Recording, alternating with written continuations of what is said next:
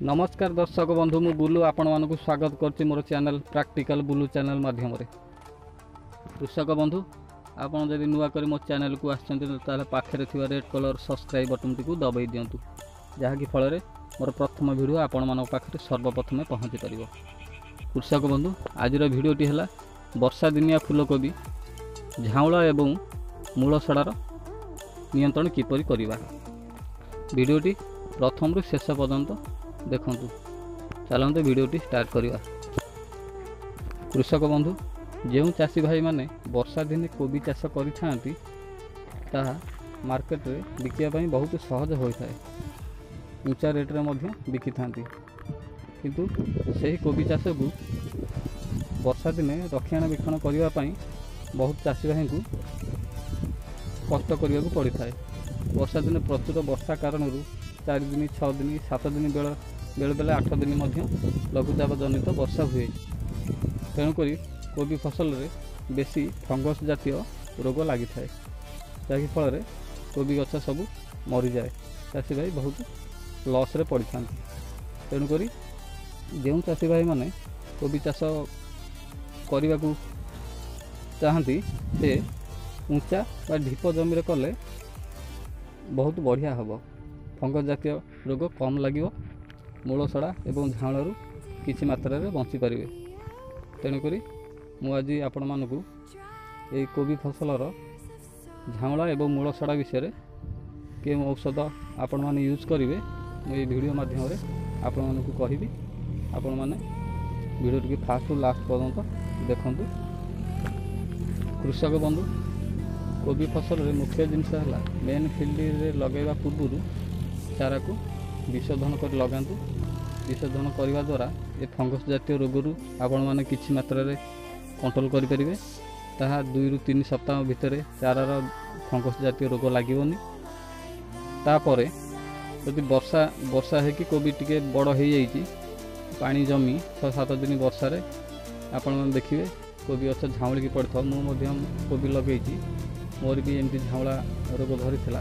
मु औषध मारती एबे मो फील्ड भल अच्छी, जहाँ झाउला सी एबे सुस्थ अच्छी। तेणुक चाषी भाई मैंने कोबी बड़ा है आपण मैंने कौन करेंगे मेटालिक्स 35 देवे। मेटालिक्स 35 सहित आंटीबायोटिक साथ मिसेबे, क्लांटोमाइसिन हो टैगमाइसिन हो जहाँ आंटीबायोटिक देवे। आंटीबायोटिक साथी रे आमर ह्यूमिक एसिड देवा द्वारा से चेर करेब। चेर कले मूलसड़ा रोक प्लस चेर भी हम। जे छोट गछ जे अल्प झाउला हो मेटालिक्स पकेबे। नचेत 2 रे आसला आमर सिजेंटा कंपनी स्कोर, या आप यूज करेंगे। स्कोर 15 ml 15 लीटर पानी 15 ml प्लस ता साथ क्लांटोमाइसिन देवे प्लस ह्यूमिक एसिड या कोबी गछर मूल को स्प्रे करेंगे। स्प्रे करने द्वारा 3 ରୁ 4 दिन भितर गछ सुस्थ हो। कृषक बंधु आपण मैंने देखूँ मो निज फील्ड मो बैकग्राउंड भी चलती मोर निज फील्ड कोबी गछ एमती वर्षा लघुचाप वर्षा झाउली पड़ता। मुझे औषध यूज करके कोबी गछ एबे फील्ड भल अच्छी। मु पर वीडियो भी देखेबी मो फील्ड आपण मैंने देखिए कोबी गछ केमती सुस्थ अच्छी। कृषक बंधु आसतु औषध देखि नवा। प्रथम आसला आमर मेटालिक्स 35 ता सहित आपण मिसेबे एंटीबायोटिक क्लांटोमाइसिन ता सहित ह्यूमिक एसिड या मिसे झाउली जाइथिबा जमी रे संध्या समय रे मूल को स्प्रे करि परिबे। कृषक बंधु आपण जमी रे जदि कम मात्रा रे झाउला और मूलसड़ा लगी ताहले ये तीनोटी मिक्स करके आपण मूल को स्प्रे करें।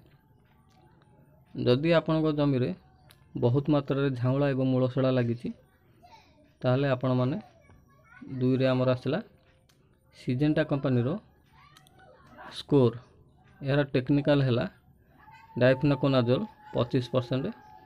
ता साथ आप एंटीबायोटिक क्लांटोमाइसिन मिसेबे ता सहित ଯେକୌଣସି କମ୍ପାନୀର ହୋମିକ୍ ଏସିଡ଼୍ 10 ଗ୍ରାମ ଦେଇ ଆପଣମାନେ ସେଇ ଗଛ ଚେର ମଧ୍ୟରେ ସ୍ପ୍ରେ କରିପାରିବେ।